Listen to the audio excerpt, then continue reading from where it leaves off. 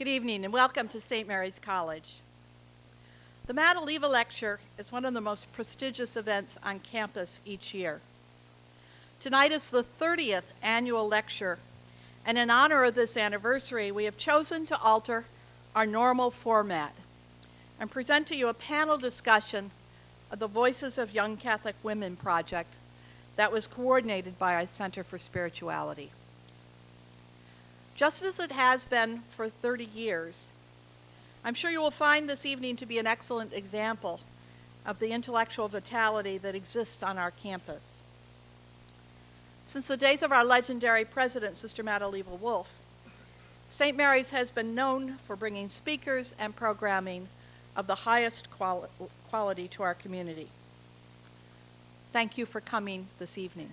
I hope to see you frequently at other events on our campus. It is now my pleasure to invite Dr. Elizabeth Grappi, the real coordinator of this project, to begin our program this evening. Elizabeth?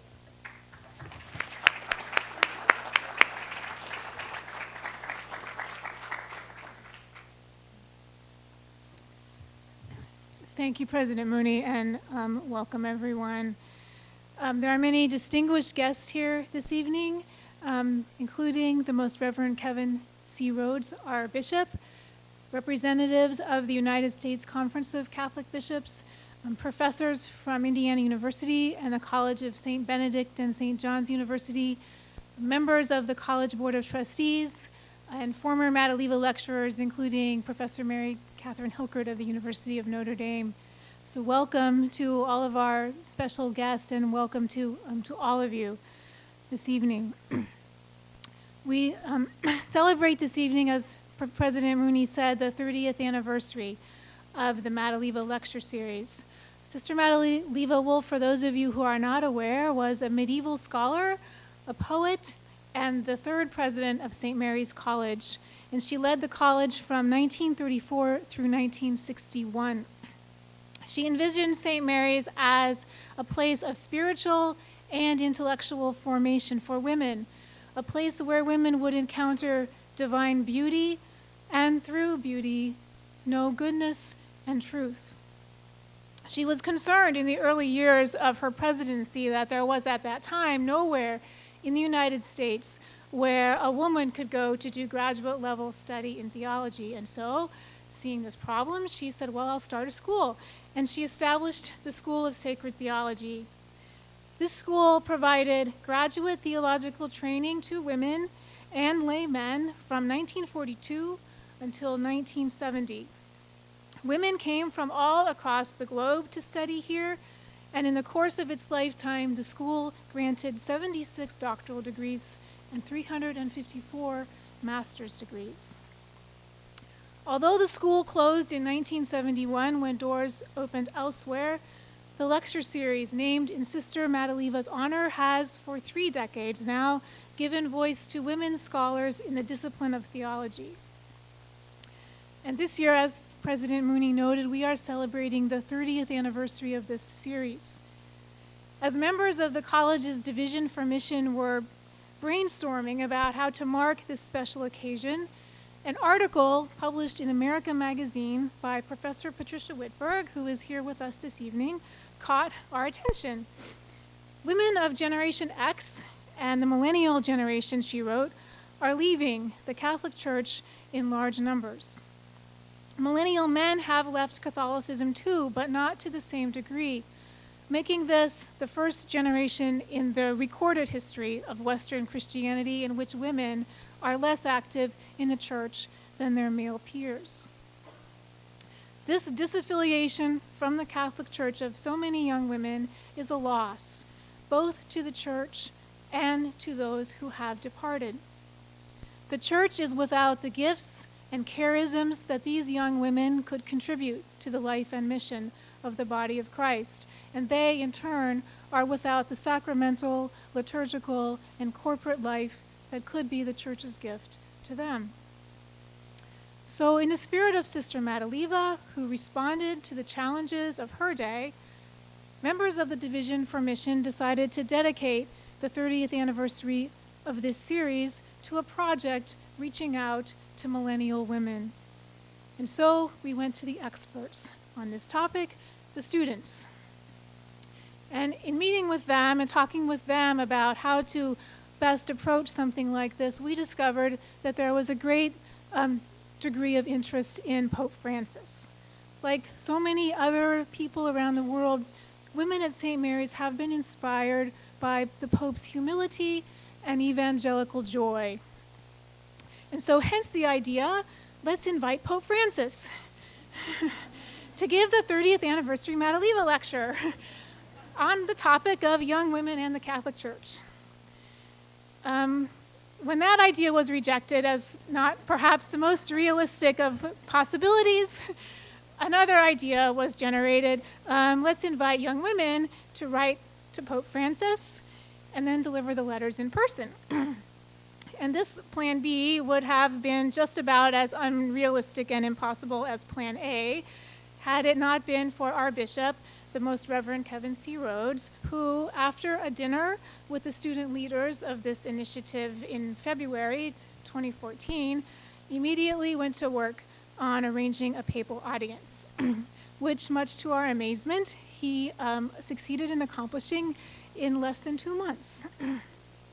And so then, in August 2014, students active in campus ministry here at St. Mary's issued a national invitation to young Catholic women in the United States to write letters to Pope Francis, expressing their love for the Catholic tradition and sharing ideas that could contribute to the Church's outreach to millennial women. That was a part of our publicity. That's the first front side of a postcard that Mary Fertile, our graphic designer, she did such lovely work for us, made. There was on the flip side of that postcard, there was an invitation from the students to other millennial women to write a letter. In addition to letters, the students insisted they wanted to welcome poetry, works of art, and other forms of creative expression. And you have some examples of that in your program, a poem by St. Mary's alum, and a work of art in ink print that was done by a young woman from the University of St. Thomas. Sister Madeleva, who was herself a published poet and who emphasized the foundational role of beauty in Catholic education, would, I am sure, be pleased. The students invited their peers to reflect together with them on 4 questions. Number 1, what do we cherish about the Catholic tradition? In what ways does the Church mediate God's beauty, goodness, and truth into our lives? Number 2, what is it like to be a young woman today? Are there new ecclesial initiatives or ministries that could support young women in meeting with strength and dignity the challenges that they face? Number 3, are there broadened ways in which the gifts that young women bring to the Catholic community could contribute to the life of the body of Christ and serve the Church's mission? This portion of our letter writing invitation cited the passage from Pope Francis's apostolic exhortation, The Joy of the Gospel, in which he reaffirms church teaching on the reservation of priestly ordination to men, and at the same time emphasizes the equal baptismal dignity of men and women, and, quote, the need to create still broader opportunities for a more incisive female presence in the church, unquote. So young women were invited to reflect creatively on what broadened opportunities other than priestly ordination could be possible. Finally, number 4, the last question was, if you are no longer active in the church, why did you leave? And are there ways in which other young women could support your return? In August, a letter writing invitation was extended to over 700 affiliates of the Catholic Campus Ministry Association.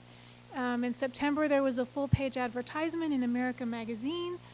Invitations to participate in the project were also extended to St. Mary's alumni, Catholic parishes in this diocese, Catholic high schools with which St. Mary's has an affiliation, team leaders of the Fellowship of Catholic University Students, and Catholic web media.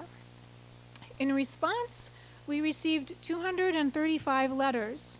They came primarily from 13 Catholic high schools, colleges, and universities, and 2 Newman Centers at public universities.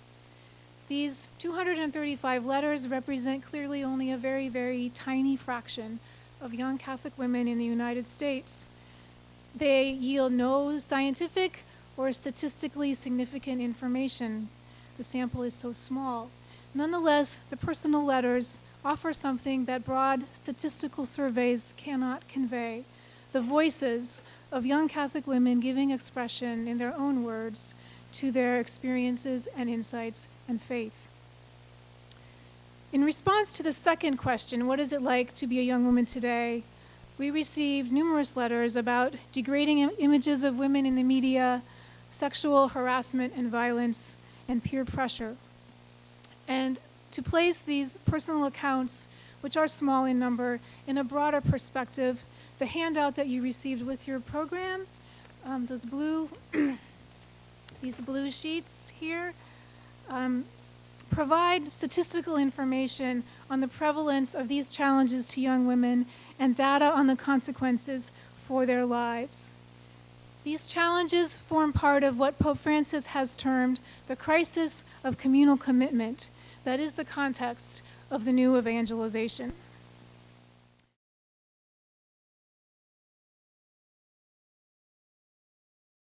Before we turn our attention to the voices of faith of the young women who wrote to Pope Francis, I introduce to you Professor Patricia Whitberg of the Department of Sociology at Indiana University in Indianapolis. Professor Whitberg, a member of the Sisters of Charity, earned her doctorate in sociology at the University of Chicago. She will open the evening with a brief discussion of the sociological data on young women in relation to the Catholic Church. Your program indicates the other speakers who will follow. Please join me in welcoming Dr. Whitberg warmly to St. Mary's College.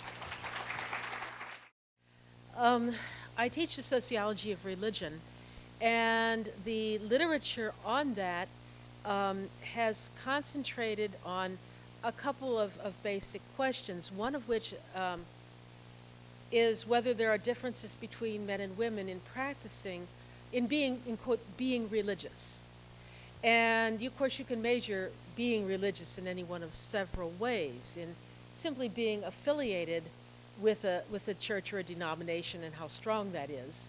You know, are you what is called a religious nun, N-O-N-E? Or attendance. Do you attend religious services often? Devotion, how often do you pray? Religious experiences, have you experienced being born again or felt the presence of God or something? And belief, do you believe that, do you know and believe the tenets of your particular church? On all of those different dimensions of religiosity, consistently across time and across place, women scored higher than men. You know, they were more likely to be members of church, they were more likely to attend church weekly, they were more likely to pray often, they were more likely to believe the tenets of their faith, and they were, I missed one, they were more likely to have religious experiences, to report having them. So that was one literature. There's another one on changes over time, whether young people are more or less religious than their elders. And in general, again, research has consistently found that the younger people, on all those different dimensions, do less of the attendance and the praying and the this and the that than older generations. People have disagreed on why that's the case. Some people have said, well, it's a life cycle effect. Young people, they're not married yet, they haven't settled down, and especially they haven't had kids. And once they get married and once they settle down and once they have kids, they'll come back to church. And in general, that was to some extent true in the past. Other people have cited period effects. That first one was life cycle effects, when your stage in the life cycle influences. And when you young people grow up, you'll be holy like the rest of us, sort of thing. The period effects are, there's some key thing. For Catholics, for example, Vatican II. There are certain groups of Catholics that say it all went to hell in a handbasket with Vatican II if we just got back, or the Pope's encyclical on contraception. There are other Catholics that say, it went to hell in a handbasket after the Pope's 1968. That would be a period effect that affects everyone. The third is what's called a generational cohort effect. And that basically says that you form your faith, your whole idea of who God is and what church is and what, your place in the universe and every other religious kind of grounding.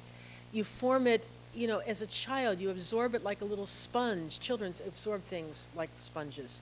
And then that forms the way you look at it. So growing up as a child in the 50s, where there was a habited sister in every classroom who marched you into church every morning, and you all genuflected in unison to a clicker, and people of a certain age will remember this, and you prayed in a language you did not understand, and you had May crowning and devotions to Saint this and Saint that and Saint the next thing, is different than people who grew up in what several people call beige Catholicism.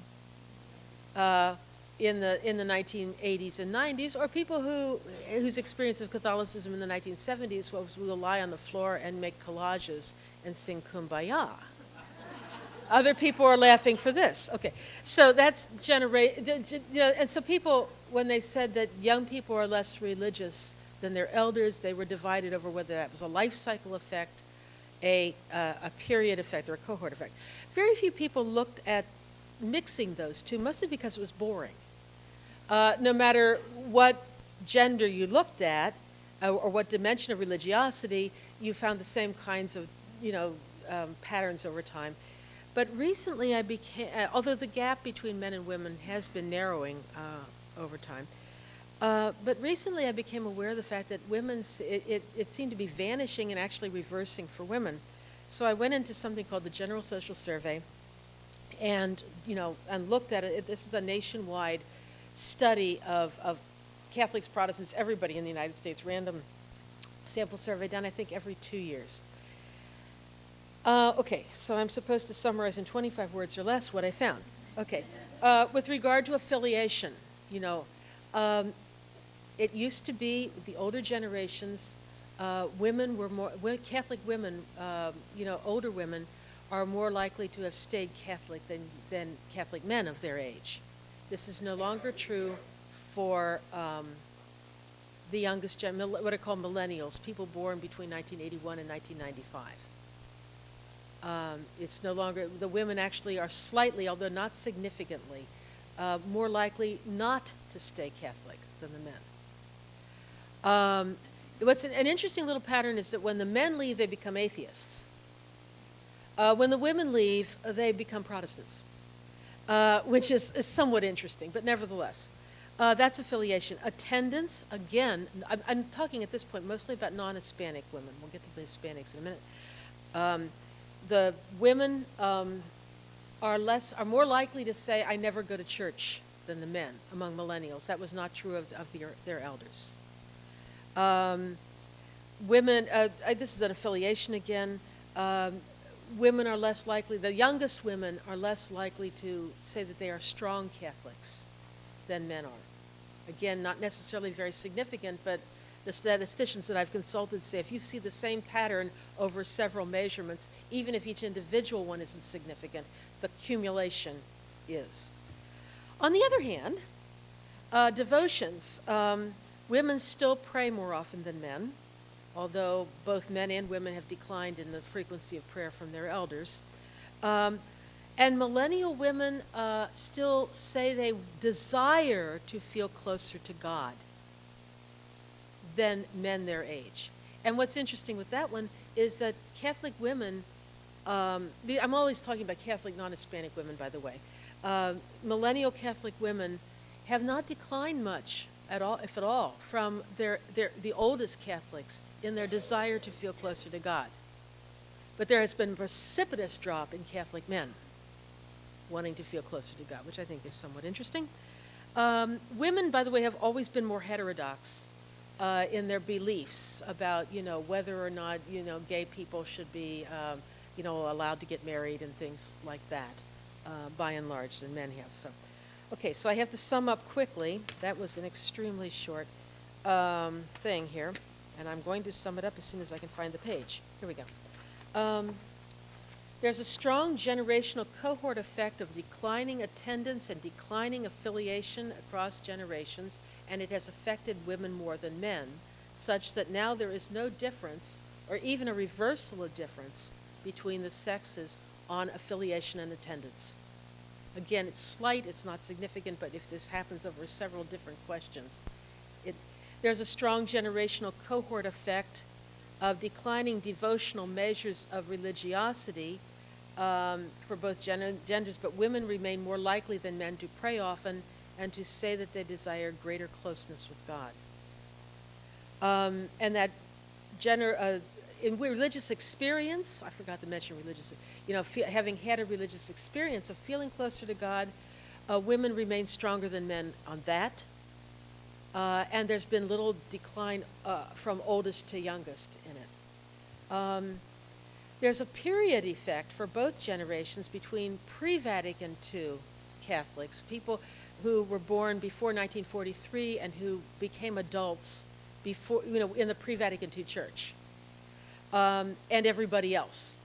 Vatican II just blew out a lot of beliefs on papal infallibility, premarital sex, and abortion. There's a drop-off between the pre-Vatican II people and the baby boomers, and a relative leveling, after that.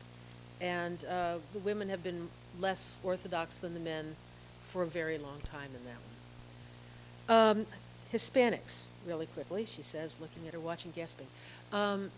The youngest generation, millennials, are the first generation of Catholics, male and female, that are not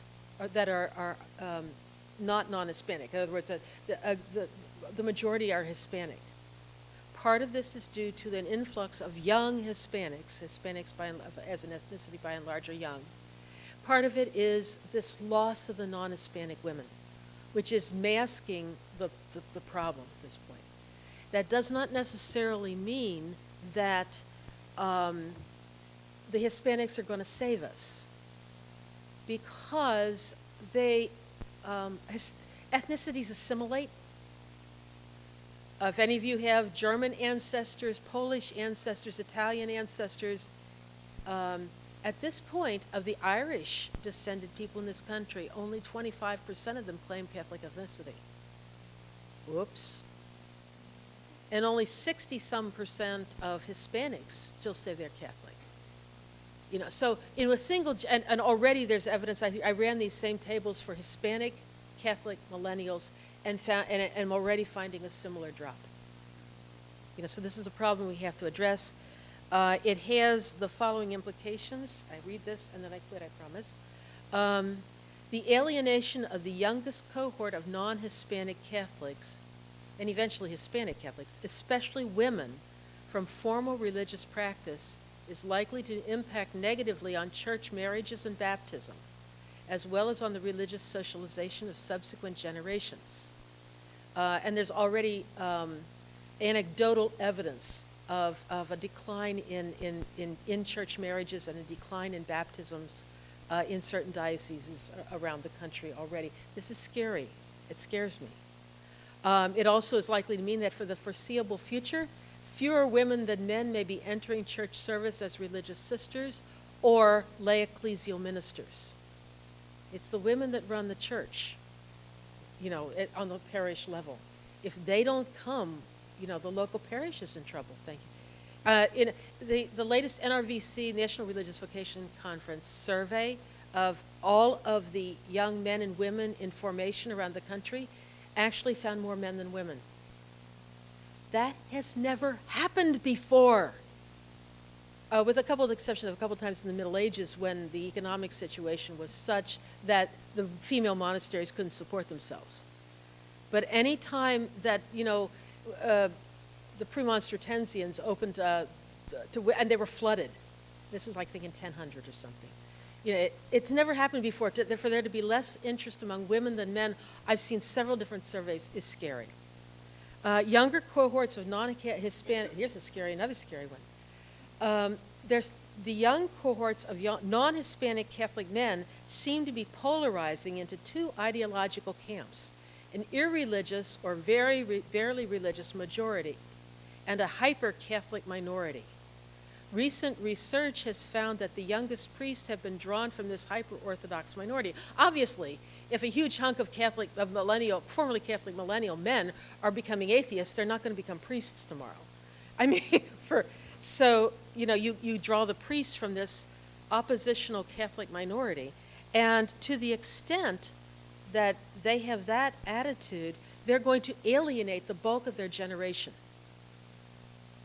I already talked about the millennial Hispanics. They're helping us this generation. We can't count on them for the next one, and I'm sorry I went over.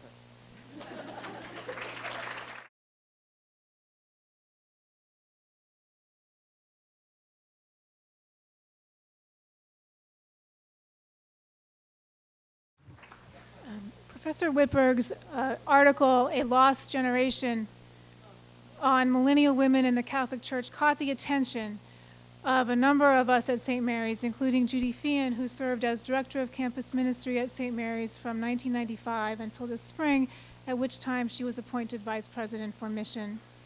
Feehan holds a BA from the University of Pittsburgh and a Master's of Theology from the University of Notre Dame. And she is joined here by two women who have been student leaders in this project. Malia Schulte, a 2014 graduate of St. Mary's who majored in art and whose post-graduation activities included a trip to Rwanda with fellow alumna Liz Palmer to listen to the stories of genocide survivors and tell their stories through narrative and art. Kaylee Ellis, who came here from Aurora, Illinois to St. Mary's, where she is a member of the class of 2017 and a double major in chemistry and chemical engineering. Judy Feehan will set a context for the discussion, and Malia and Kaylee will then share excerpts from some of the letters we received. We have treated all of these letters with confidentiality, given that they were personal letters to Pope Francis. But in preparation for this evening's discussion, we requested permission from the authors to share letters with the panelists and receive that in 40-some cases. And so these letters and a project report were shared with the panelists. Malia will share some responses to the first question, Kaylee to the second, Malia to the third, and then we received only 2 letters that spoke to the fourth question about why did you leave the church if you did leave, and Kaylee will mention one of those stories in the context of her remarks on the second question. When I read Pope Francis' apostolic exhortation, Evangelization, the joy of the gospel, especially the chapter entitled Amid the Crisis of Communal Commitment, I was reminded of the Easter gospel we recently heard of Mary Magdalene in the midst of crisis and confusion that led to Jesus' crucifixion. After Jesus' death, Mary Magdalene prepared the spices and went to the tomb where Jesus was laid to show her love by preparing his body. The stone of the tomb was removed. The body of Jesus was gone. We can only imagine how the followers of Jesus felt, how Mary felt to watch their beloved friend, the beloved Son, be crucified. And even worse, in their grief, the loving gesture to embrace and care for the body of Jesus was taken away. As Mary Magdalene and the other disciples faced the empty tomb, they saw and believed, yet they did not fully understand the scripture that Jesus had to rise from the dead.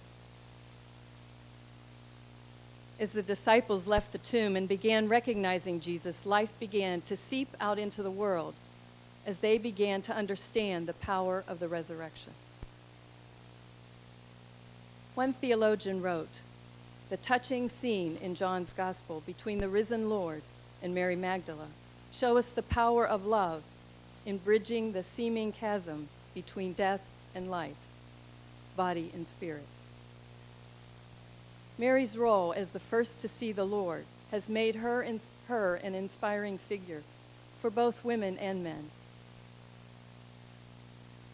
The women who responded to the call to work on this project are several of many whose belief in Jesus has brought them to this point, called to tell the stories of hope, of forgiveness, of healing. They feel called through the very power of their baptism to be partners in the search for truth and beauty in a broken world. The St. Mary's Women and all the other women's voices continue to tell the resurrection story. The letters received are from young women who dared to share their stories of joy and brokenness as a means of being church, being the body of Christ in the world today.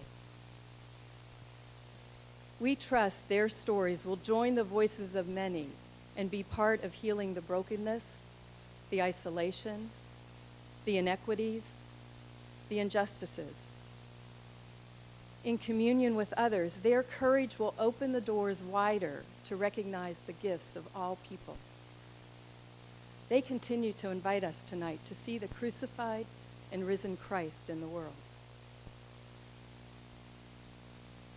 As Elizabeth's opening remarks and handout indicate, national studies present a very sobering portrait of the challenges young women face today. Whether they are teenagers, college women, young mothers, professionals, Catholic women live in the 21st century culture in which gender inequities, sexual objectification, and sexual violence are all too common. Our experiences at St. Mary's when women or their families experience any of these challenges is not only that they are impacted physically and emotionally, but their relationship with God, with the church, is often called into question. They are not able to see God's love for them, or their anger is externalized and directed towards God or others. They often voice, "How could God let this happen? What is wrong with me?" Sometimes they have a sense of not feeling worthy of God's love. They pull away and feel abandoned. Before hearing the voices of the young women, I offer these findings from the National Commission on Children at Risk that Reverend Harold Masbach of the Yale Center for Faith and Culture brings to our attention in the context of his study of the mental and emotional suffering of both young women and men in our culture today. The Commission on Children at Risk found that the crisis in mental suffering and maladjustment was caused by raising children in an unhealthy culture characterized by diminished social connectedness. The Commission concluded that children flourish better where supported by what they call authoritative communities. How did the Commission define a healthy authoritative community? Here are the characteristics. As you listen to them, ask yourself if you've ever seen such a community. It is a social institution that includes children and youth.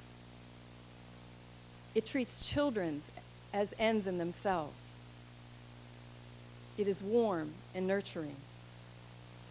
It establishes clear boundaries and limits.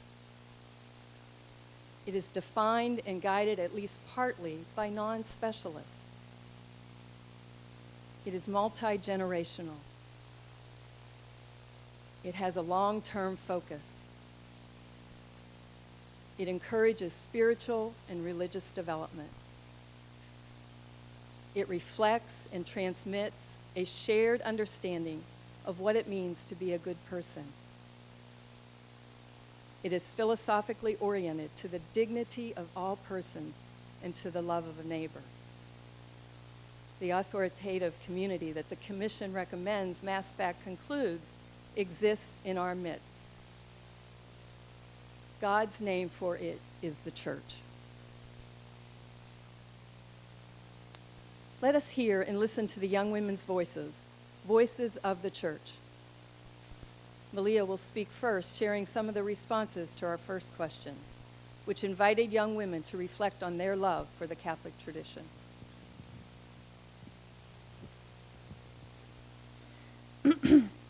While nearly 35% of millennial women baptized into the Catholic Church have disaffiliated, it is significant that 65% remain. Why? Why do we continue to identify as Catholic? As St. Mary's Women active in campus ministry, we pose this question to ourselves and to our peers. What do we cherish about the Catholic tradition? In what ways does the Church mediate God's goodness, beauty, and truth in our lives? One young woman responded, stating, "The Church is my home and my anchor. It has been all my life and will always be so. I cannot picture my life without it. For me, the greatest strength of the Church lies in its relationships. The bonds that stem from joining together in worship and adoration of our beloved God. I love serving this community in any way I can, but, more importantly, I love celebrating, worshiping, loving, and growing with them." Another young woman expressed her love for the Church as a place of wholeness amidst a broken world. "I love the Church for being a symbol of hope. I also love the Church because it is made up of a broken people seeking peace and moving toward perfection. I love the Church because I believe that there is truth found there. I appreciate that our Church has an unbroken line of discerning and truth-seeking, always desiring to come to a deeper, more developed sense of truth. I see the Church as an unrelenting seeker of justice for all people. My heart cries out for peace and protection of the world's most vulnerable people, and I see that the entire Catholic Church yearns and strives for peace and justice in all that it endeavors to do.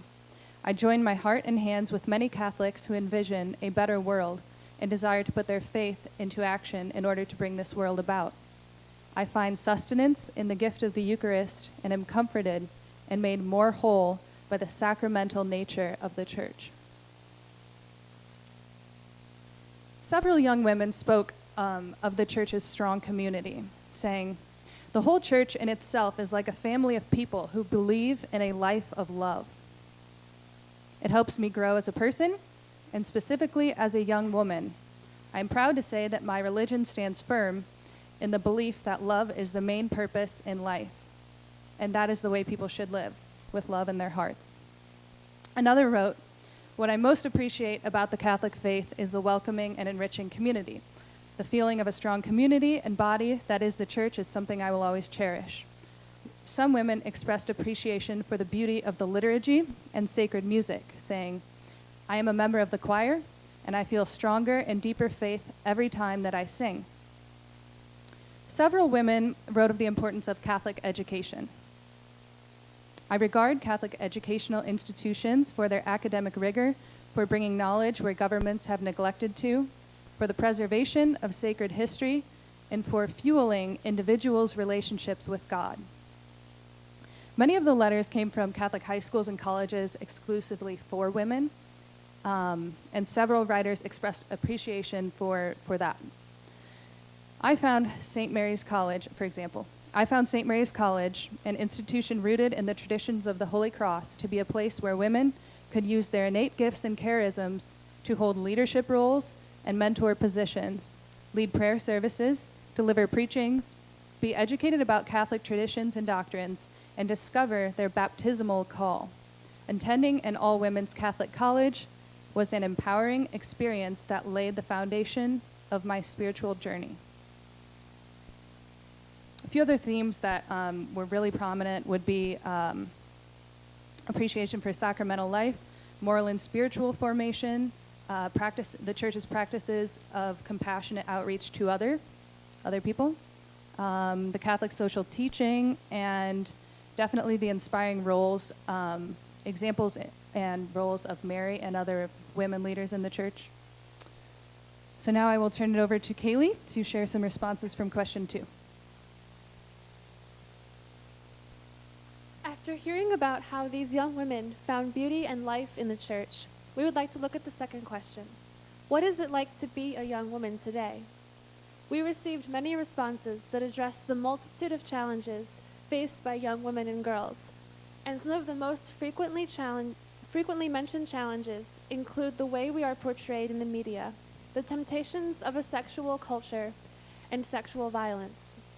One young woman writes, "1 out of 6 women in America experience sexual abuse. 17 million women have already fallen victim as a victim of rape. No women ask for this, but many are stating that what women wear, especially provocative clothing, are making it acceptable for men to have reason to do such terrible things. Most provocative clothing worn by women is influenced by the media. The false accusation that women will only gain the love of men by being skinny, wearing seductive clothing, and acting naughty is constantly thrown about by commercials, music, TV shows, and magazines. If you don't have these qualities, you're not considered popular or pretty. Another young woman says, "Easy breezy, beautiful cover girl" is one of the many phrases put out daily about women's appearances and beauty. Women are trying to be changed into someone they are not instead of someone they want to be. Social media emphasizes on the way society wants women to look like. 20 pounds lighter, the glow look, and look younger in a week are words pounded into women's heads as if they are a motto or pledge needed for women to remember. Appearance is all that matters in the world of the internet and media. A second challenge mentioned by many of the young women is the bullying and low self-esteem that comes from this pressure for girls to look and act a certain way. One high school student writes, "We look at other girls we are around and look for their flaws to make ourselves feel better. We dislike each other because someone may be prettier than someone else, or have more friends, or be more popular. We bully and belittle people because we are jealous and feel bad about ourselves. Too many girls have been driven to self-harm, starvation, and even suicide because of the emotional torture they experience from others and put themselves through." Another student recalls her own experiences with bullying and a lack of self-acceptance. "Throughout middle school, I was ridiculed and bullied by my classmates. I pretended like it didn't hurt, but in reality, it did. Every day, I would come home hating myself for being too wide, too short, or too smart. I struggled with the want to stop eating and just lose weight. When I look in the mirror, I still find it hard to tell myself, 'You are beautiful.' Just like many young women in the United States, I know that I should love myself, but I find it very hard to do so when looking in the mirror." Another wrote, "Today's media culture makes it difficult for me to accept myself as God's good creation, made in the divine image and likeness. Strong social pressure put to the test my moral and social standards. As a woman, I face degrading expectations, as if my purpose is to please men. In these situations, I sometimes find myself questioning, where is God in all this?" Another shared how she witnessed cyberbullying and how this affected her. "I witnessed a girl post an embarrassing video of this other girl falling when she was trying to do this dance she had been working on. The other girl laughed and posted it online and humiliated that girl. I never want to see something like that again, and I hope that with the help of others, I can make cyberbullying come to an end." A third challenge faced by young women is discrimination because of our age or gender. One high school student says, "As a teenage girl, I face many challenges each day. Adults are not recognizing the voice of teenagers, and people overlook what teenagers have to say. Also, females in general are expected to be weak. Women are stereotyped as delicate and fragile.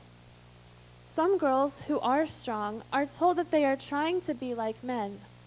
People are putting down women for being powerful." A few young women shared their personal experiences with this inequality. One young woman writes about an experience she had while attending a summer camp. While playing in a sports game, she was the final girl remaining in play, and she says, "Then this one boy said the boys that were still in the game should team up to get me out because girls don't deserve to win anything. But instead, they are only useful for cooking and having babies. Something inside me snapped. How dare someone say I wasn't as important as another individual because of my gender? Another frequently encountered struggle is peer pressure. One woman writes, "Socially, life as a teenage girl is really hard. And the number one mistake I believe most teenage girls make every day is due to peer pressure. Every day, I believe teen drinking becomes more and more of a problem. That is when I believe boys and sex can become a big problem. Boys take advantage of girls when they have no choice because of peer pressure to drink." Another struggle that was mentioned in one of the letters we received was the difficulties on women and children after a divorce or annulment. This young woman writes, "My parents divorced when I was 11 years old, which led to my sister and me being raised solely by our mother. With her duty to raise 2 children, my mother did her best to take us to church, but the annulment process seemed to wound her more. I vividly remember joining the Eucharistic procession as my mother cried in her pew. It was painful to witness, and attending church became a constant reminder of the brokenness of our family. Each Sunday became harder and harder to attend until we stopped altogether. I did not rediscover the beauty of being an active Catholic until many years later." And finally, although most of the letters we received were from high school and college-age women, there were a few letters from women in their 20s, including one from a young mother who wrote, "My husband Tim and I have been married a little over 3 years and have a 2-year-old daughter named Ruth. I am always encouraged when I take her to church and am openly welcomed by the community. Ruth is sometimes a little loud, but parenting is hard, and I appreciate those people in the pews that acknowledge the effort it takes to raise a moral kid. I have been at other churches with large cry rooms that signify that my baby and I belong elsewhere. One of the more active parishioners says to me often, 'If the church isn't crying, it is dying.' Although I have found supportive friends in my community, I sometimes find myself in a difficult predicament. Before Ruth was born, I was a teacher in a Catholic school. After she was born, I took some time off working and started a new profession when Ruth was 7 months old. A priest advised that I discern if I really need to work, although my husband was never asked to give up his career. I don't feel supported by the church about working, but the income that I make is crucial to paying bills and feeding my family. I genuinely like working outside the home, and although I like my job, being a working woman at a church is not an easy task." The testimonies that these women have to offer can seem daunting. It is easy to concede that nothing can be done to solve the difficulties and challenges of growing up as a young Catholic woman. However, many of these women provided heartfelt and well thought out suggestions as to how the church can better support young women in meeting the challenges we face. Some of these recommendations include a national Catholic initiative to reform the media's portrayal of women, the use of Catholic social media to encourage faith and support young women. In a world of cyberbullying and sexual harassment, where many women have low self-esteem, one woman suggested that Pope Francis could dedicate 1 week per month to tweeting messages to boost women's confidence and teach men to better respect women. Another suggested the institution of a distinctly Catholic social media platform that would strictly prohibit sexual stalking and bullying. Another suggestion is a Catholic clothing line developed by a Catholic fashion designer that would be stylish, but not too tight or skimpy. Support for Catholic secondary schools and colleges for women. Both personal testimonies in the letters and national research indicate that these schools provide support for the formation of young women with faith and integrity and provide an environment conducive to learning. mentoring programs in parishes specifically for young women that can help them to realize that they are beautiful, loved, and accepted. Support them in resisting media-stimulated peer pressures. Provide safe places to discuss the challenges that young women face and empower them to address these challenges. Supportive faith communities for young women at colleges and universities. Programs in parishes supporting young mothers and women who work outside the home. Healing ministries for survivors of abuse and sexual violence. National initiatives to reduce the incidence of sexual violence. And finally, homilies that speak to the experience of young women and the challenges that we face. I now turn it back to Malia, who will share some of the responses to our third question. So our third question, sorry, it's a little loud. Are there broadened ways in which the gifts we bring to the Catholic Church as baptized women might contribute to the life of the body of Christ and serve the Church's mission? One woman responded stating, "Women's voices are heard in the Church through being a nun and other ways, but women should be given more opportunities to help their community grow in God's grace. Women should be able to help make decisions on important church matters and help change our church communities in order to make our world a better place for God's children. With the help of God's grace, men and women have the power to work together and build up the church and create a faith-filled environment for all members." Another woman stated, "Being a young woman in the church is very important because we bring many special gifts to the church, such as love, happiness, and energy." Another said, "Thank you for seeing and encouraging our feminine genius.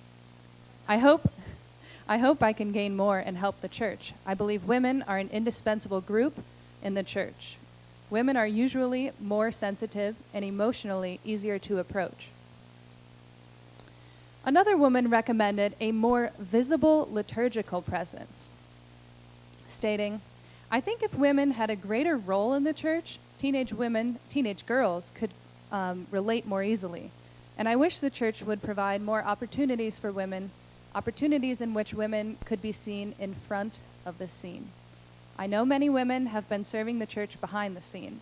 I believe women can do more and better if everyone can know their contribution." Another letter recommended that parishes ensure that women have opportunities to serve as altar servers, greeters, readers, and Eucharistic ministers. Several recommended that the church seriously consider the reinstitution of a female diaconate to complement the male diaconate that was reinstituted after Second Vatican Council. Another young woman suggested that women could have more roles in church leadership and decision-making, seeking greater presence of women serving on councils for the Vatican, one wrote, for example, would be able to give a face to millions of Catholics who feel that they are forgotten. And finally, I wish to share the prominent theme of women inspiring other women within the church. I commonly look to the women of the Bible, including Esther, Ruth, Martha, and Mary, to better understand my role as a woman in the church. The most influential women, however, have been my peers and mentors walking beside me on the journey. I believe that if every young woman had a mentor in faith who exemplified what it means to be a woman in the church, there would be many more active Catholics in the millennial generation. With this in mind, I believe women in the church have a duty to support each other through women's spirituality groups within the congregation. A dream of mine is to witness and help implement lay preaching and presiding at non-Eucharistic prayer services, to become common practices in parishes across the world. It's an opportunity that allows the power of God to work through women by leading a community in prayer. It's an opportunity that continually reminds me that my role as a woman in the church is an important one.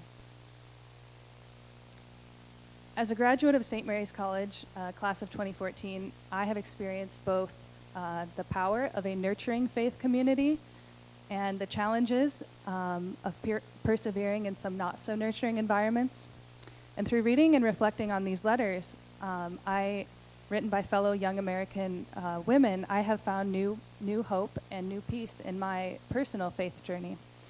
And I believe God is in each one of us, and our faith calls us to see that. Here is a photo of the painting I sent to Pope Francis, and it depicts a woman named Sandy, who was a face of Christ to me last year. She was the housekeeper in my dorm, and she was just a symbol of steadfast love. She often did good work unnoticed, and I wish to share that. Her life ended last April, but the impact of her life remains, and as a testament to women inspiring women, may we continue to discover our own gifts and those in others. Thank you, and God bless.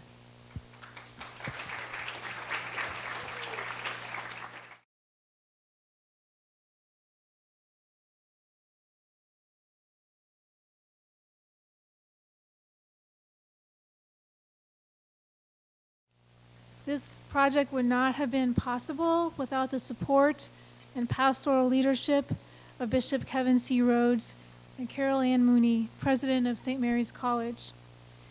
Bishop Rhoades was installed as the 9th bishop of the Diocese of Fort Wayne South Bend in January 2010.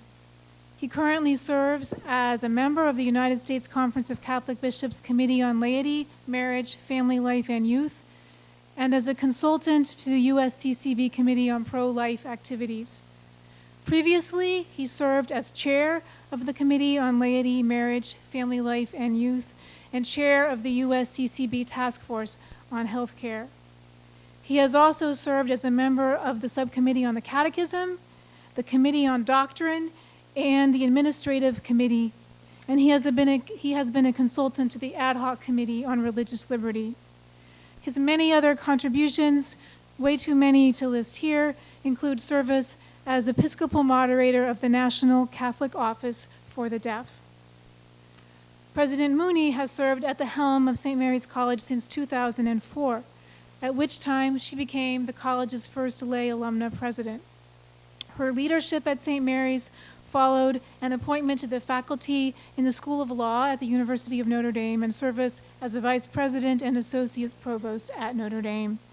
She currently serves on a number of national boards, including the Women's College Coalition, the National Leadership Roundtable on Church Management, and the Association of Catholic Colleges and Universities. She and her husband, George Efta, are parents of 4 daughters. President Mooney and Bishop Rhoades traveled to Rome to bring the letters to Pope Francis together with 2 St. Mary's students. Grace Arankar, a 2014 graduate who is now serving with the Dominican Volunteers at an all-girls Catholic high school in San Francisco, California, was one of the students, and Kristen Millar, who is here with us today. Kristen is a senior elementary education major with a double minor in early education and social work, and she is currently doing her student teaching at Prairie Vista in Granger. After graduation, she would like to teach in a socioeconomically challenged school in a Catholic community while obtaining her master's degree. Please welcome Bishop Rhoades, President Mooney, and Kristen as they share their experience of their journey to Rome. Thank you, Elizabeth. Thank you, everyone. And by the way, I just offered Kristen a job in our diocese teaching after she graduates. I wish to begin by expressing my gratitude, my appreciation for the Voices of Young Catholic Women project. Since I was enthusiastic about this project, since my meeting with President Mooney and Elizabeth and a really impressive, faith-filled group of St. Mary's student leaders last year. We had dinner together, and as they shared this idea, I thought it was fantastic. And the young women shared with me their hopes about this project as a way to contribute to the new evangelization, focusing on young women in our country. And as the project unfolded and I got to read the letters, I was really deeply moved by so many of the letters. Moved to joy, really, by the love for the Lord and the Catholic Church expressed by so many of the young women. But you know, I was also moved to sadness when reading of the hurts and sufferings of many due to a culture and society where their dignity and worth as persons is not valued. It really opened my eyes to some things. And the idea of including this in homilies, it's affected me to include in some of my homilies. And it really opened my eyes also to the truth that the church's beautiful teaching on the dignity of every human person, and in particular the dignity of women, needs to be emphasized in the work of the new evangelization. The young women's letters revealed the disconnect between our faith and some very negative cultural currents today. And I believe these young women can be great agents in the church's mission and in the new evangelization. That came to me very strongly. Not only the women speaking of the need for the church's outreach to their generation, which I think is so very important, but I also thought how much these young women have to give in the life of the church and the new evangelization, including with their peers.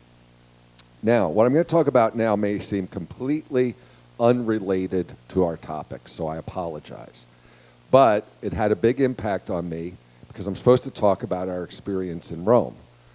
When I was there with President Mooney and introducing President Mooney and Kristen to the Holy Father. By the way, we were there November 26th. I always remember that. It was my birthday. But I didn't share that with the Pope. But before the Holy Father arrived, I was seated on the stage between two bishops. And I'll go too long if I tell you the whole thing, but I'll talk about the one bishop sitting next to me because we conversed at length before Pope Francis arrived. He was the Chaldean Catholic Archbishop of Mosul. So as you know, Mosul is the second largest city in Iraq. We talked with each other about our dioceses. And his archdiocese was ancient, since it had a Christian community going back to the 4th or 5th century. And this past summer, he told me, was the first time in over 1,500 years that the Sunday Eucharist was not celebrated there. The over 100,000 Catholics living there were driven out by ISIS. In fact, the Archbishop himself was driven out and was ministering to many of his faithful in Erbil, in the Kurdistan region of northern Iraq, where many of the refugees are. And the Christians, mostly Catholics, Chaldean Catholics, fled in the night with little more than the clothes on their backs. They fled because they had the choice to either deny Christ and convert to Islam or be killed, and many were killed. Most escaped, and I asked the Archbishop if any had denied the faith, and he told me that to his knowledge, not one. He asked me then about Diocese of Fort Wayne South Bend, and I told him about our Young Catholic Women Project. And you know, he thought it was wonderful, and then he painfully shared with me about the young women of his diocese. So many had been raped. Many were taken and made into wives of the ISIS fighters. We don't hear a lot about this in the media. And they don't know what happened to many of them. Some have been killed for not renouncing their faith. And even though the persecution and the suffering of our Christian brothers and sisters in Iraq and other areas isn't the topic of this lecture, I felt I should share this with you tonight because that conversation before the papal audience had a profound impact on me. And it is related to our theme, Voices of Young Catholic Women. I invite you to think also of the voices of the thousands of young Catholic women which are not being heard and cannot be heard. And they are our sisters in Christ, your sisters in Christ, who are suffering courageously for the faith. And they refuse to deny the Lord. Some have been martyred. And they're an inspiration for us, as are all the men, women, and children who persevere in their Catholic faith despite persecution and suffering for it. After Pope Francis arrived, he gave his audience and blessing. I spoke with him personally. Then a little bit later, when he came back around, presented President Mooney and Kristen. And it was a really joyful moment. And before leaving, I looked back at the Archbishop of Mosul. And he was returning to Iraq, to his people in exile from their diocese. I would be returning here. But I returned changed, because I've held those brothers and sisters in my heart, in my prayers. Being Catholic, we're part of the universal, worldwide church that unites us with Christ and fellow believers of every language, race, and culture. And this is part of the beauty of the Catholic Church that some of the young Catholic women wrote about in their letters. So we celebrate and live our unity and Catholicity. I experienced that unity and Catholicity in November, also at the side of our universal shepherd, Pope Francis. Thank you. May God bless you.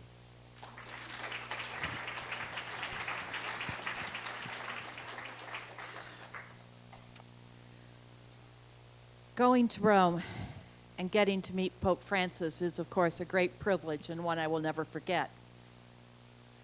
But it was the reason for our trip that most thrilled me. Tonight you've only heard excerpts from a number of the letters. Like the bishop, I was privileged to be able to read through the 235 letters, and although I didn't get through it, every word of every one of them, reading any one letter as a whole was so powerful. When you thought, I couldn't help but see the picture of a young woman sitting down writing, pouring her heart out to the Pope. I mean, it blew my mind. I was so protective of those letters. I bought a new suitcase to put them in. There was a lot of stuff. And I had to check that suitcase. We were on a little plane. I had to check that suitcase at the gate, and I thought, oh, dear God, protect the letters. Kristen will attest, I was very nervous to let go of that thing. But it gave me great pride that a group of women from St. Mary's decided to do something in response to the fact that young Catholic women are leaving the church in unprecedented numbers. That St. Mary's would undertake the task was uniquely appropriate. Indeed, I couldn't think of a place better situated to undertake the task. Why so? The Catholic colleges and universities in the United States vary considerably from one another. Some fulfill their Catholic mission by attracting and serving young people one would describe as very pious and desirous of a community in which that piety is universally shared, in which almost every student is Catholic. Other Catholic colleges and universities are inner city, and far fewer than half their students are Catholic. Those schools fulfill their Catholic mission by serving poor and otherwise marginalized students. Others fall somewhere in between. St. Mary's does not fit the models at either extreme, and is in fact fairly unique in being a residential Catholic college in the liberal arts tradition, admitting, at least so far, only undergraduate women. We have historically and currently served a predominantly Catholic population of high-achieving women. For some time, approximately 80% of our students have been and are Catholic. St. Mary's has fulfilled its Catholic mission by educating leaders for our church. Leaders whose service to the church has spanned the spectrum from service to the poor, to leadership of Catholic schools, of social movements, to intellectual leadership, and is witnessed by the Madeleva Lecture series to leadership within feminist theological circles. While I shudder when Catholics are described as either conservative or liberal, because it's not at all clear what is meant by those labels, our students span the spectrum within Catholicism, and so do our graduates. One thing, however, does mark St. Mary's Women. They are doers. Each summer, St. Mary's Alumni Association confers a number of awards at reunion. Year in, year out, I am struck by the energy and activism of the award winners. St. Mary's graduates prove the worth of their education by doing what needs to be done. This project is just one more example. It needed to be done. Today, the departure of so many young women from the church varies from past patterns, not only in magnitude, but also in indications that those who leave will not return. As was said earlier, it's not been unusual for late adolescents or young adults to drift away from the church for a period, but in the past, most of them returned when they married or gave birth to children. Evidence is that our women are no longer returning.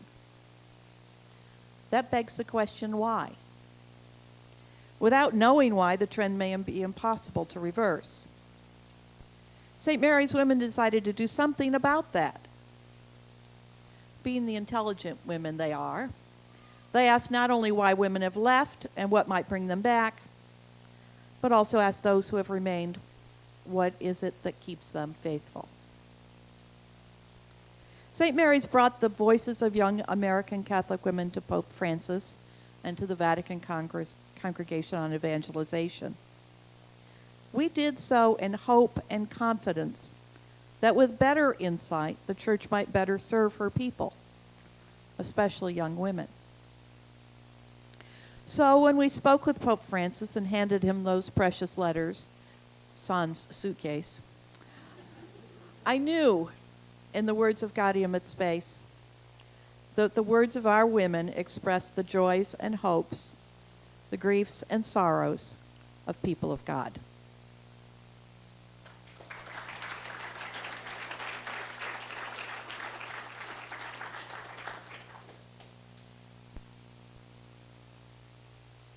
God, grant me the serenity to accept the things I cannot change, courage to change the things I can, and wisdom to know the difference.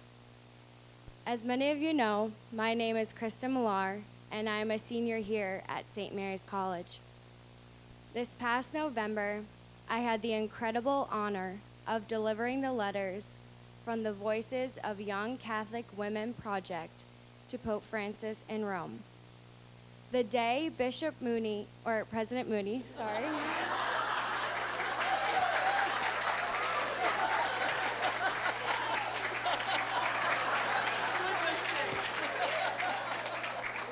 Well, at least I can get you all laughing, right? The day that President Mooney, Bishop Rhoades, Grace Urankar, and I presented the letters will forever be a vibrant memory in my mind, but not just because I met the Pope. Going to Rome as a representative for women has meant a great deal to me, for I would not be the woman I am without having had the encouragement and support from Catholic women mentors. These women guided me, shaped me, and have prepared me to become the voice for women I am today. In my letter to Pope Francis, I wrote about my own spiritual journey and obstacles with my faith. High school, in particular, was a difficult time in which I struggled to meet God with grace and love. During this time, I was involved in abusive relationships that were selfish and unfulfilling. In these relationships, I was abused emotionally, mentally, and physically. Needless to say, I felt numb and depressed. I did not feel I had a voice. I did not know who I was, nor who I was meant to become. It was in these moments of brokenness that I repeated the prayer of serenity and asked God for acceptance, courage, and wisdom. At the end of my senior year in high school, I was chosen to be a leader for a religious retreat called Kairos. It was in giving my speech on obstacles to God's friendship that I was able to discern that God accepted me and God loved me. This retreat was powerful, for it was the first time I recognized I could overcome my past abusive relationships, and by the strength of God's love, I could lead others. It was then I accepted I could not change my past. However, I could change my future.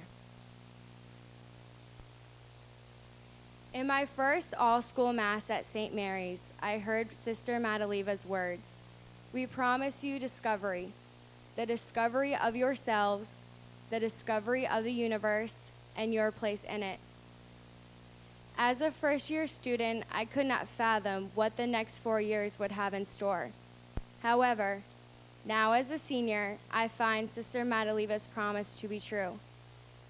For the past 3 years, I have been blessed to be a pastoral music leader in this community. Within this ministry, I have been supported by my own peers and mentored by wonderful Catholic women. These mentors encourage and challenge me to enter into new experiences of faith. One such experience was participating in a pilgrimage to Peru the fall of my junior year. A particularly powerful example of community and solidarity on this pilgrimage was building a home for a Peruvian family in Piura. In building this home, I had the opportunity to be community with the Peruvian workers and met the family whose home we were building. This experience was powerful and humbling, for I was able to truly experience the realities of a society different from my own. This pilgrimage made a profound and lasting impact on my life, as I now have a greater appreciation for recognizing the needs of others. Furthermore, the experience of community and solidarity with the Peruvian peoples enabled me to understand the universality of the Church. It is because of this understanding that I continue to educate myself on the needs of other cultures and have decided to spend a service year in Ireland upon my graduation this May. Sorry, Bishop Rhoades.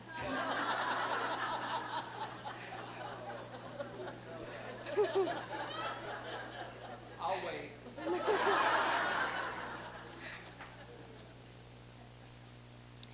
This decision to dedicate myself to a year of service within the Irish Catholic Church would not have been made without the support from the St. Mary's community. It is this support and encouragement that enabled me to say yes to writing a letter to the Pope and to sharing my story with you all today. Through this journey, I found Sister Madeleva's promise to be true. I found myself to be a leader. Being a leader to me does not mean that I have all the answers or that I am perfect. It means that I use the gifts and education that God has so graciously given to the best of my ability. One of the gifts I believe I have been given is my ability to embrace others with openness and respect. I value listening to the needs of all women. I value sharing my faith journey and experiences and learning from one another. Ultimately, I discovered my place in the universe is to be a strong, hope-filled woman of faith.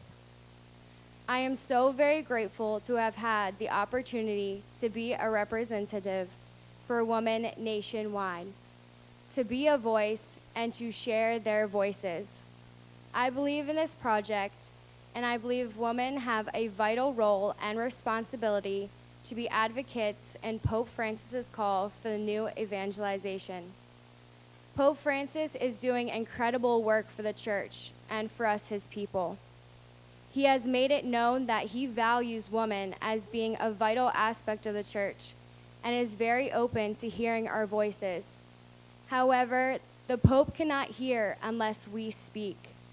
Therefore, today I invite the millennial generation and all women to ask God for acceptance, courage, and wisdom as we further discover ways of being church for others through the continuation of this conversation. Thank you, and God bless.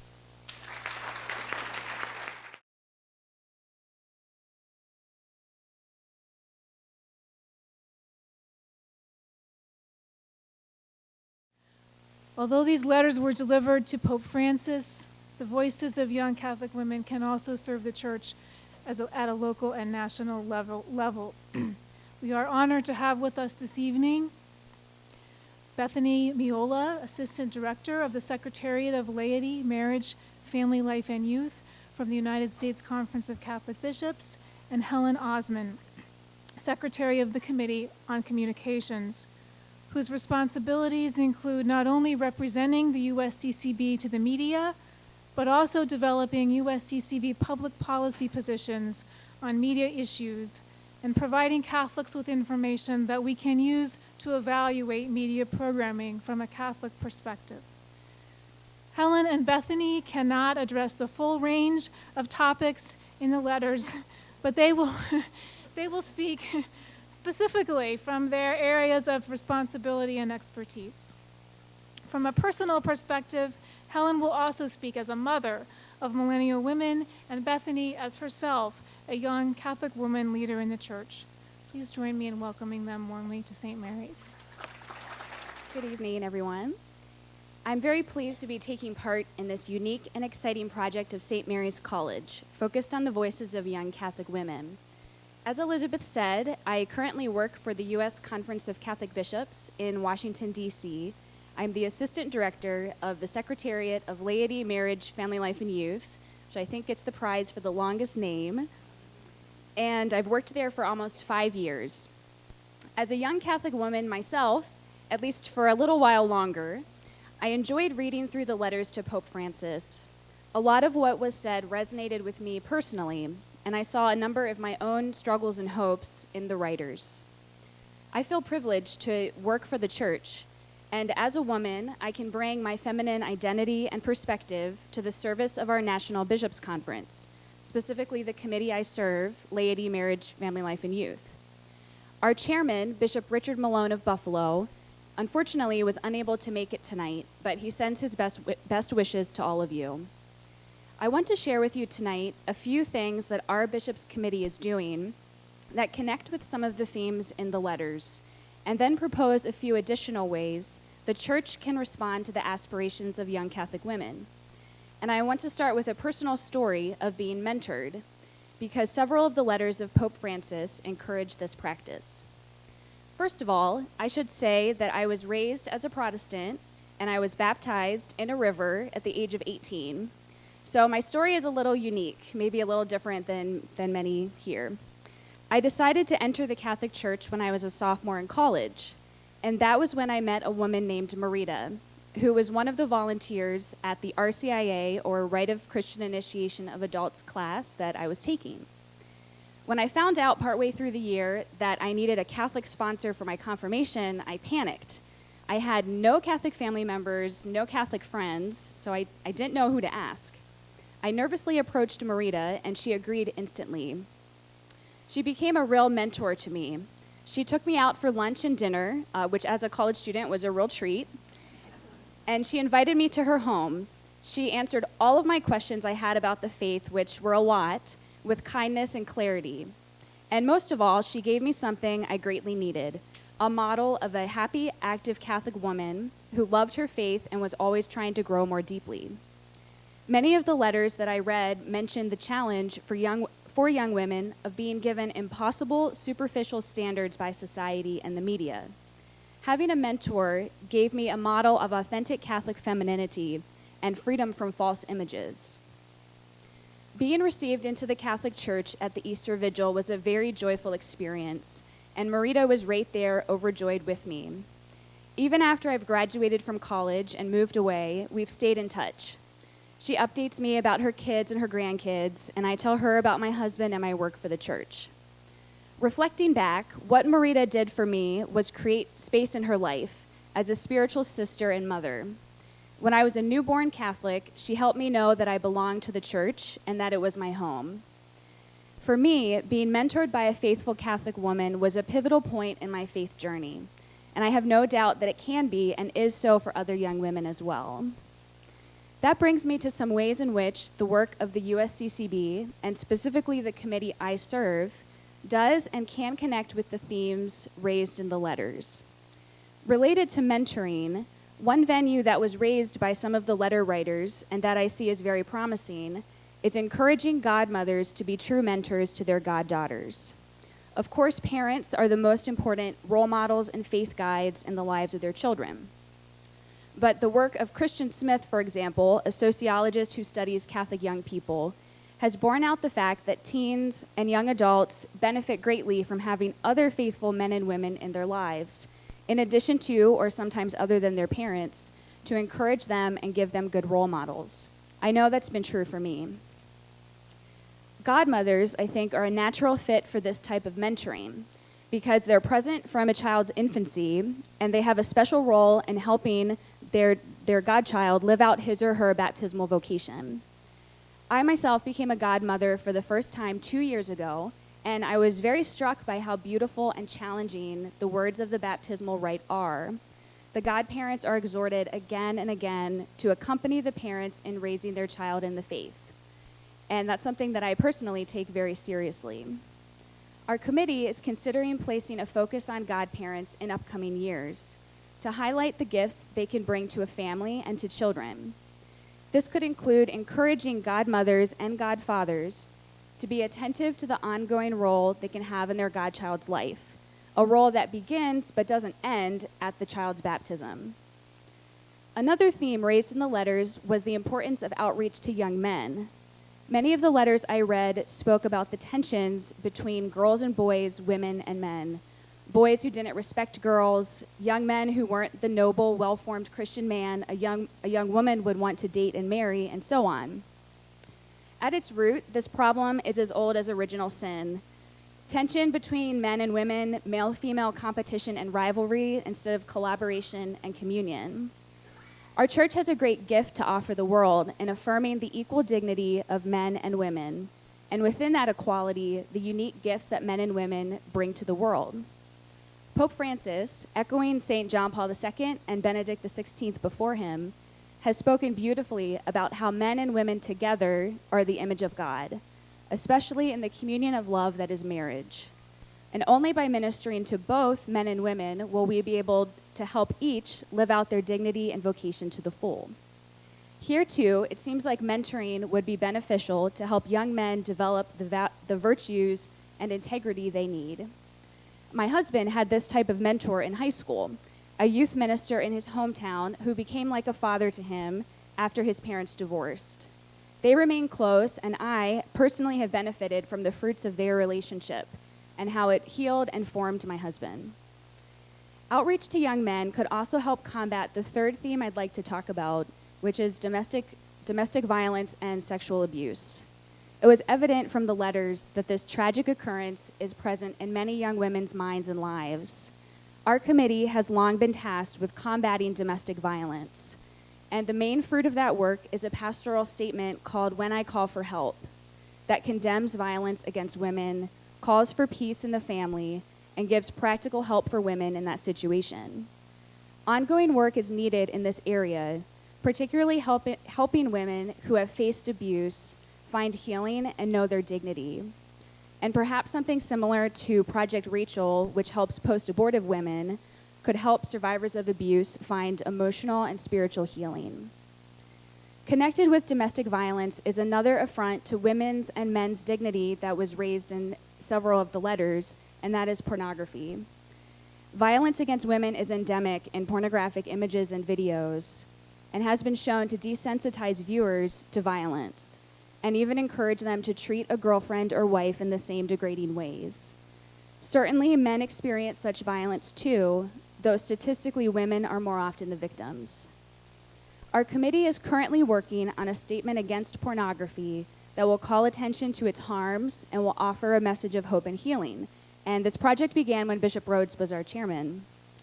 The statement would be issued from the entire body of bishops, hopefully this November, with targeted educational resources to come for priests, leaders, parents, and those who struggle with pornography use.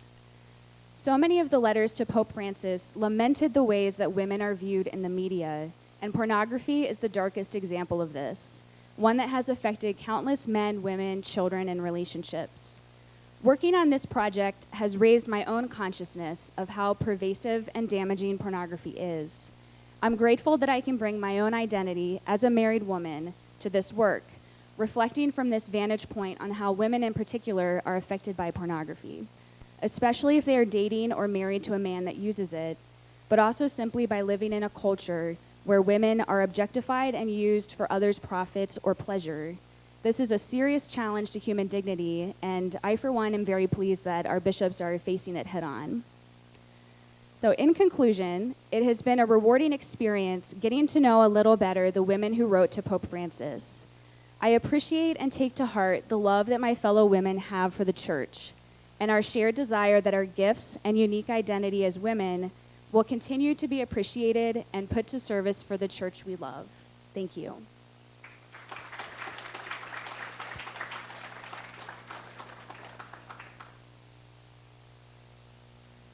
Well, thank you all. I think it's been a fairly long evening with some wonderful stories, so I appreciate your patience as we're almost finished here.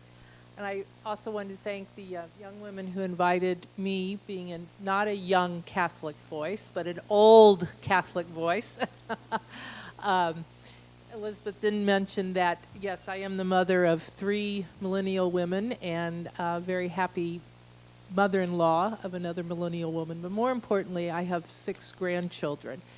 And when I was reading the letters, which again I felt very honored and privileged that I was given that opportunity to read those, the honesty and the forthrightness of those authoresses really gave me hope. Sometimes in my darker times of as a woman working for the Church, when somebody says, "Why do you keep doing what you're doing?" I said, "Because I want my church to still be there for my grandchildren." And so this has really been close to my heart to be able to be part of this project. Again, as Bethany said, we were asked to answer 3 questions tonight. And the first question was, what is the institutional church? In other words, what is the USCCB doing to address the concerns of young women? Bethany mentioned several projects. Our Migration and Refugee Services Office is also heavily involved in addressing the issue of human trafficking, which tragically involves many, many women. Our international office, as Bishop Rhoades mentioned, is heavily involved in trying to raise awareness about the great injustices that our fellow Christians are suffering around the world, many of whom are women, tragically, and young children. There's also brochures in the back if you want to pick them up on a project that we've been involved in, specifically in the communications office with the Greek Orthodox on media literacy or digital safety. We've created a digital platform for primarily parents, but also young people, educators, and others who are concerned about helping our young people learn how to be digitally safe. But I think perhaps the institutional church is not the answer for what many of the questions that were raised in the letters that were collected.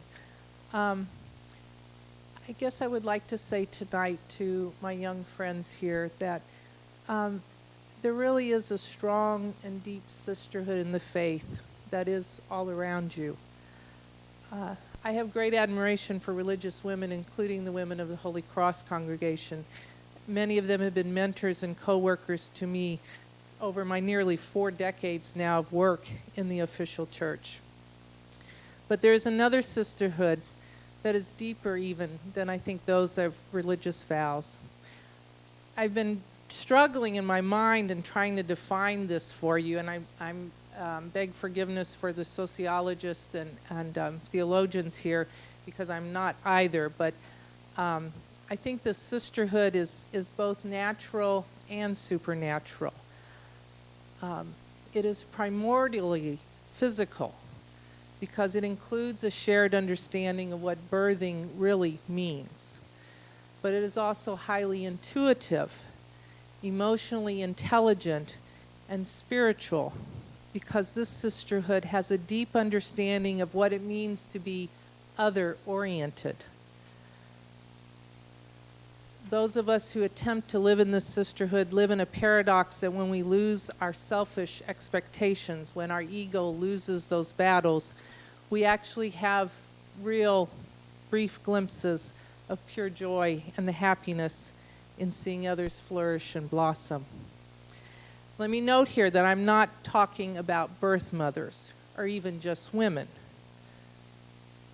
We are not the only ones who share this sisterhood. A good mother isn't always the one who experiences the labor of birth. But please forgive me, men in the room here. I do think that women, for whatever reason, have a better grasp of this nurturing, other-centered way of being. And I wonder if this is what Pope Francis means when he says the church needs an authentic theology of the feminine. Just yesterday at the general audience in Rome, in fact, he said, and I quote, "We have not yet understood in depth what things the feminine genius can give us, which woman can give to society and also to us. Perhaps to see things with other eyes that complements the thoughts of men. It is a path to follow with more creativity and more audacity." I was struck by how many of the young letter writers did not speak of their aunts or their godmothers or their own mothers or older sisters in helping them learn what it means to be a Catholic woman. And again, I know this is just, it's not a true scientific sample, but again, I was struck by how some wrote about the men in their lives, their fathers and brothers who supported and encouraged them. But I didn't hear a lot of mention of wise women. I appreciated Malaya highlighted the call by some of the writers for women to be mentors. And Bethany and I did not share our talks ahead of time. So when you were giving your example of mentors, I was like, yes. But I wonder if this need to have more women mentoring is connected to what Sister Patricia started us with this evening, and how young women are increasingly abandoning practice of the faith. And I guess this is a challenge to us who are a little older. Have we lost the ability to pass on our understanding of what it means to be a Catholic woman to the next generation? Are we not being audacious enough, as Francis has called us to be, in proclaiming our Catholic feminine genius? If so, I am profoundly sorry. And I know that my own faith would not be what it is if it weren't for the strong women in my life. Just want to give you a few anecdotes. Women like my mother-in-law, who bore 11 children and suffered 2 miscarriages. She converted to Catholicism when she married my father-in-law, having grown up as an only child. It must have been quite a shock for her. And not only did she raise 11 children, but she was always quick to tell people, I raised 11 teenagers. You know? Plus, she had her mother and her father and her mother-in-law living with her most of that time. So it was a house of chaos. My father-in-law was one of the first married men ordained as a permanent deacon in 1976. But Mary, my mother-in-law, had little use for what she saw as saccharine piety. She put 11 children through a Catholic grade school on a teacher's salary, and she didn't work until the youngest went off to high school. Tragically, she had to deal with the trauma of clergy sexual abuse up close and personal. She would tell me about how many thermometers she broke trying to take her temperature while using the symptothermal method of family planning. She had little tolerance, I'm afraid, for pro-life marches. She would say, as soon as one of them comes in here to help me change diapers, I'll think about marching with them. But I learned from her how to hold in balance the tension of a church that does have the truth with a capital T, but also its share of sinners. Or my paternal grandmother, Rose, whose name I bear as my own middle name, who never traveled more than 50 miles from her birthplace in a very German Catholic part of the foothills of the Ozarks, with no high school education. But she had a great love for reading and for missionaries. This very white German woman had this amazing devotion. I mean, I remember as a child, her devotion to the dark-skinned, now Saint Kateri Tekakwitha. This was back in the early 70s, long before her cause for canonization advanced. She also kept subscriptions to Catholic publications, even when I suspect her own eyesight was failing her, so that her grandchildren might be exposed to Catholic writing. She's probably the reason why I'm here today in Catholic communications. It was a scandal for that small, close-knit, extremely homogeneous community when my grandmother's daughter, my aunt, married the son of a Methodist minister. Because this was in the day when my mother told me, if you met a Protestant on the street, you crossed the street. You did not pass them on the sidewalk.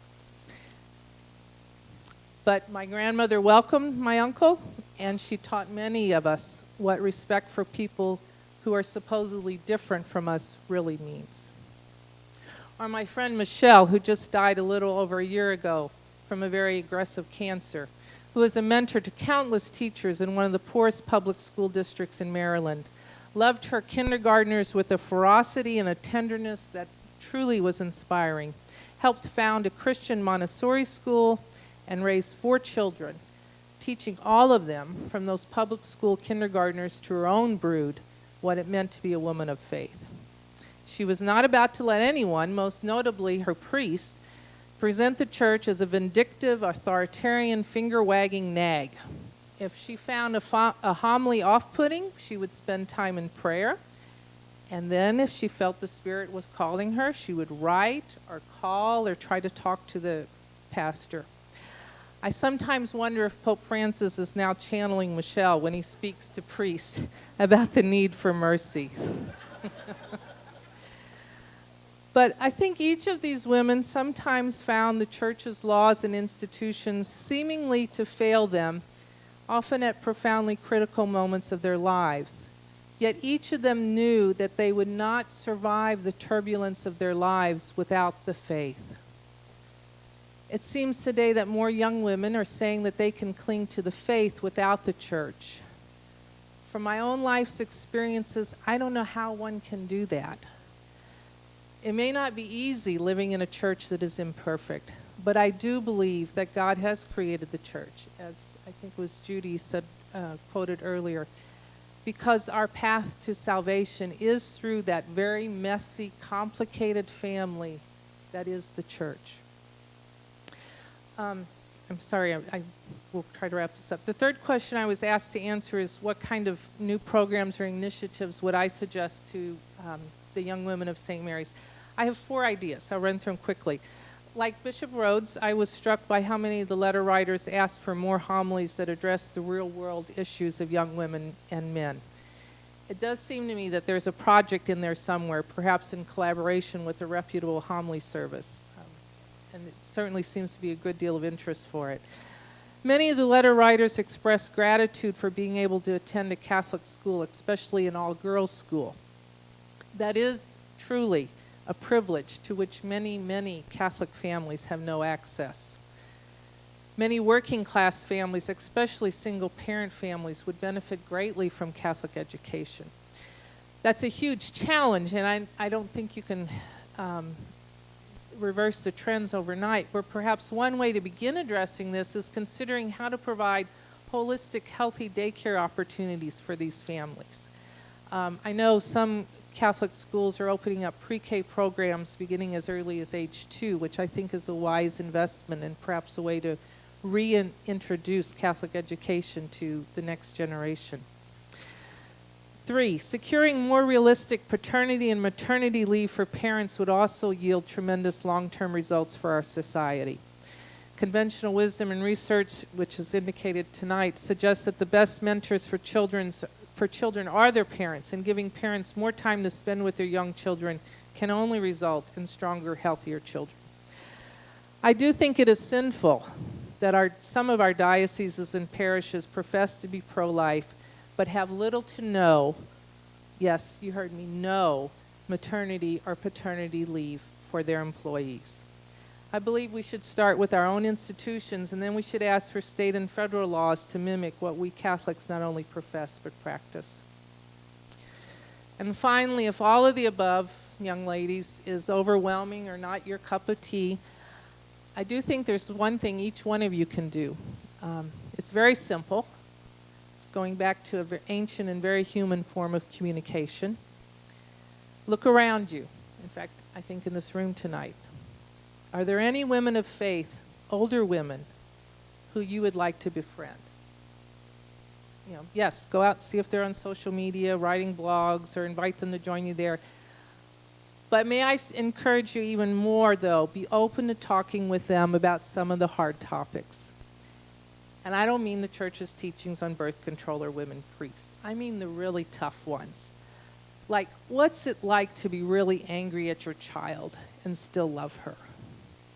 How do you keep your marriage alive and real after decades? Who stands with you in the really dark and scary moments of your life? How do you keep the faith when God sometimes seems so very far away? Most likely, since you are here tonight, you already have these bonds, perhaps even with your own mothers, grandmothers, aunts, sisters, and cousins. If so, you are truly blessed. And I challenge you to grow that community and to invite other young women to experience the wisdom of some old Catholic hags like me.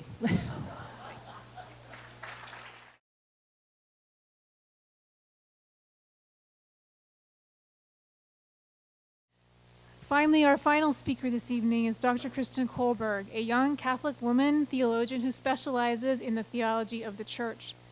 She received her BA from the University of Notre Dame, her MDiv from Yale Divinity School, and her PhD in theology also from Notre Dame. Her book, Vatican I and Vatican II, Councils in the Living Tradition, is forthcoming from Liturgical Press. She is currently Assistant Professor of Theology at the College of St. Benedict and St. John's University in Collegeville and St. Joseph, Minnesota, where reliable inside sources tell me she's deeply beloved by her students.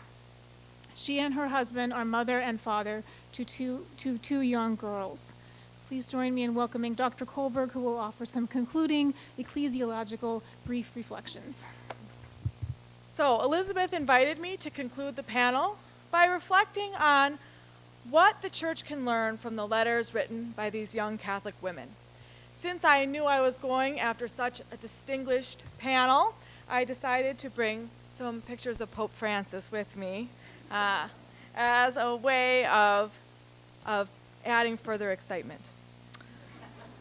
One thing that struck me as I read these beautiful letters written to Pope Francis is how much they intersect with the vision that Francis himself has provided for the Church.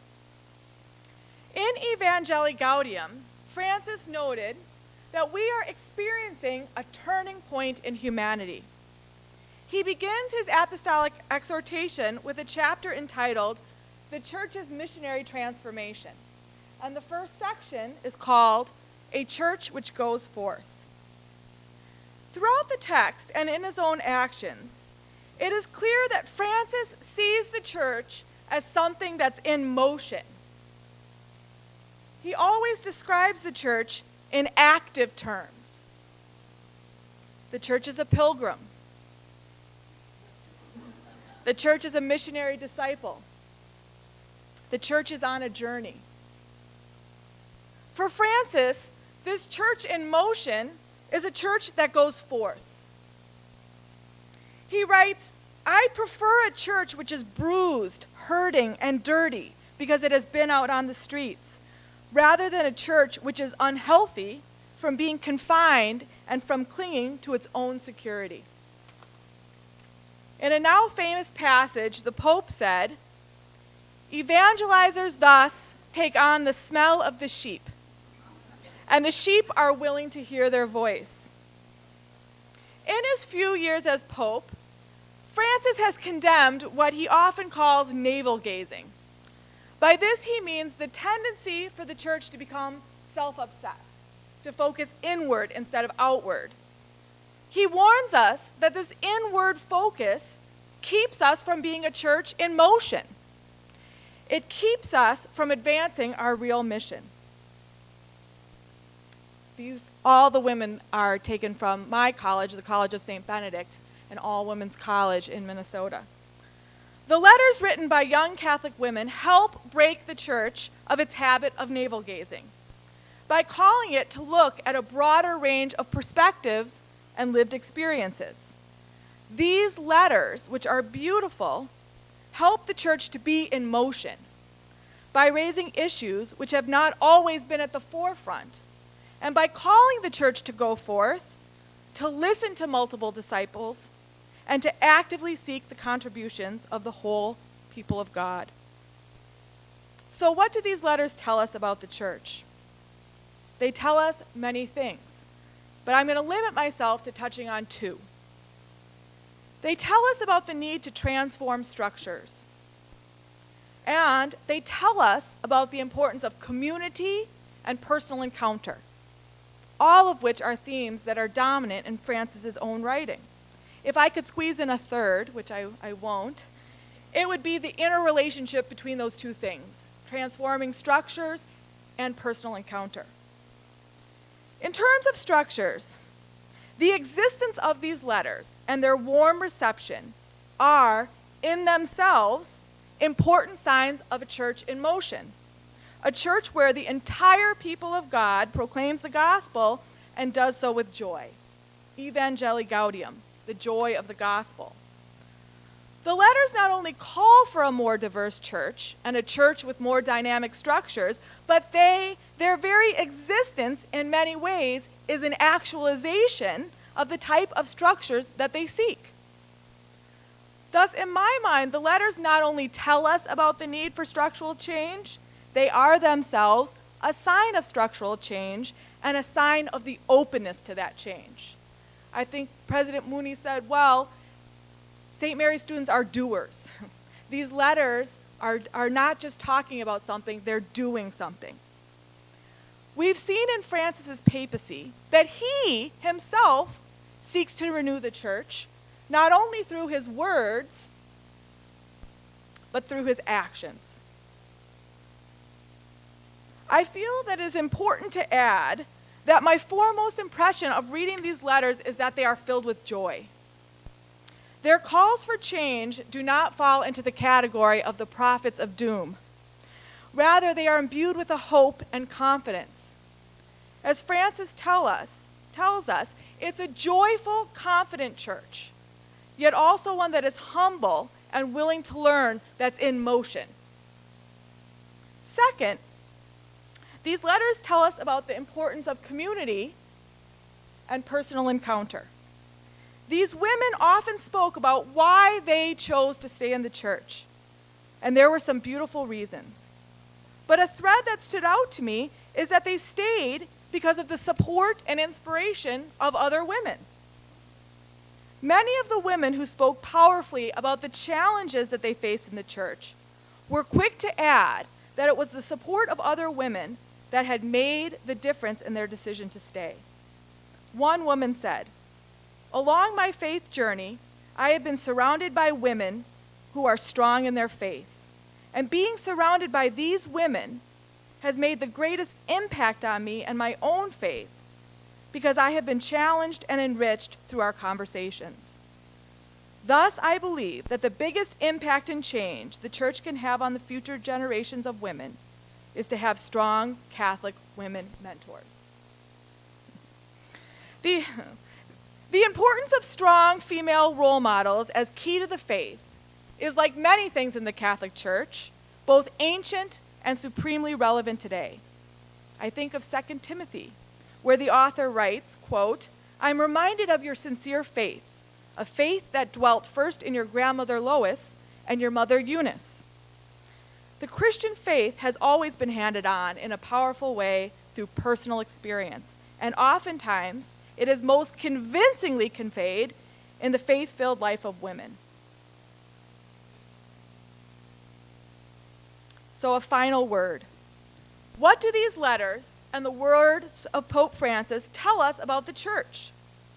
I think they do tell us that we're experiencing a turning point in history, one that is filled with challenges, but one that is also brimming with potential. I think these letters tell us that we are a church in motion. And they tell us that young Catholic women play a critical role in this forward momentum. I can't say it any better than one of the young women who wrote, quote, "We need strong Catholic women to speak out today and tomorrow and the next day." Thank you very much. Thank you, Kristen, for bringing us very close to our plan A, which was to invite Pope Francis to come here and give the Madeleva Lecture. Thank you to all of our distinguished speakers. Thank you to all of you for coming. I would like to give the last word to a voice of a young Catholic woman, Grace Arankar, who also went to Rome together with Kristen. She wrote to Pope Francis, are a diverse group with many experiences, hopes, dreams, failures, and losses, but with so much love. It is not out of hurt, fear, or distress that we approach you. Rather, I only want to express to you the great love I have known and received. I hope you will continue to encourage us all to love more fully, more openly, and more radically than ever before. Thank you all for coming. A reception awaits you in the lobby.